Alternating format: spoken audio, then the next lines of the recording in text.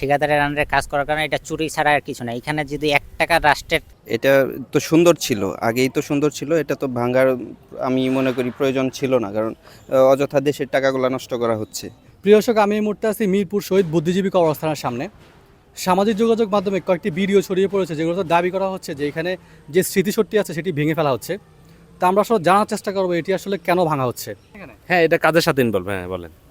এটা আসলে আমরা এই যে পুরাতন হয়ে গেছে তো, এটাকে ইটগুলা খুলে আবার নতুন করে ইটগুলা লাগানো হবে।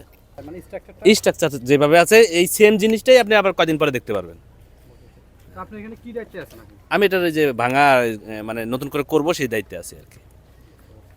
তো মানে সামাজিক যোগাযোগ মাধ্যমে অনেকে বলছে এটাকে ভেঙে ফেলা হচ্ছে। না না না না না, এটা ভুল, ওনারা হয়তো ভুল তথ্য পাইছে। আপনার মনে করেন যে শুধু এই যে ওয়ালটা আছে, আপনি দেখতেছেন কিনা, এই ওয়ালের দুই পাশ থেকে এই ওয়াল ইটগুলা ছুটানো হবে, ঠিক আছে? ছুটাই আবার নতুন করে এই ইটগুলাই যে এখানে আনা আছে দেখেন, ওই ইটগুলাই আবার নতুন করে করা হবে এই আর কি। তো হঠাৎ করে এটা মানে করার এটা আসলে এই যে এখানে পোলাপান এই যে এগুলো তো পিছিল, এখানে আপনার মানে রং করে পিছলা হয়ে গেছে আর কি। তো পোলাপান ওখানে উঠে হয় ওই যে স্লিপ কাটে।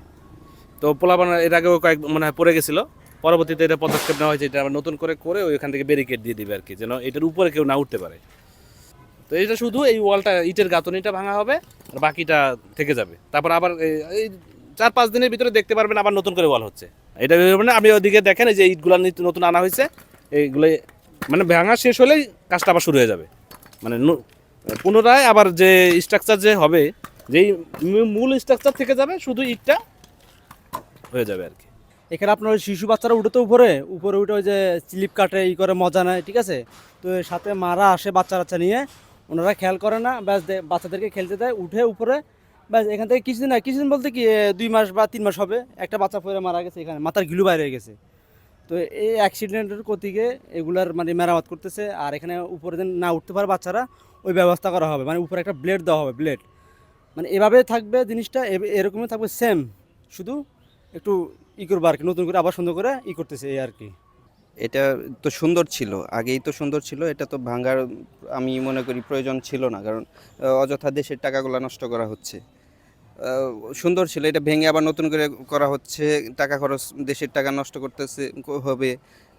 আগেই ভালো ছিল, অযথা প্রয়োজন ছিল না মনে হয়। আমি আসলে এটা ভালো চোখে দেখি না। এটা আমার মতো রাষ্ট্রের যে জায়গাগুলো থেকে এটা বলা হচ্ছে যে এটা সংস্কার, আসলে এটা সংস্কার না। এটা হচ্ছে জাস্ট খালি মানে ঠিকাদারের আন্ডারে কাজ করার কারণে এটা চুরি ছাড়া আর কিছু না। এখানে যদি ১ টাকা রাষ্ট্রের খরচ হয়, এটা টোটালটাই অপচয়। এই রাষ্ট্র এইভাবে কিভাবে টাকাগুলো অপচয় করে, যদি এইখানে একটা নষ্ট করে ৬৪টা করে, তারা হিসাব করে কত হাজার কোটি টাকা এখানে মারে দিচ্ছে।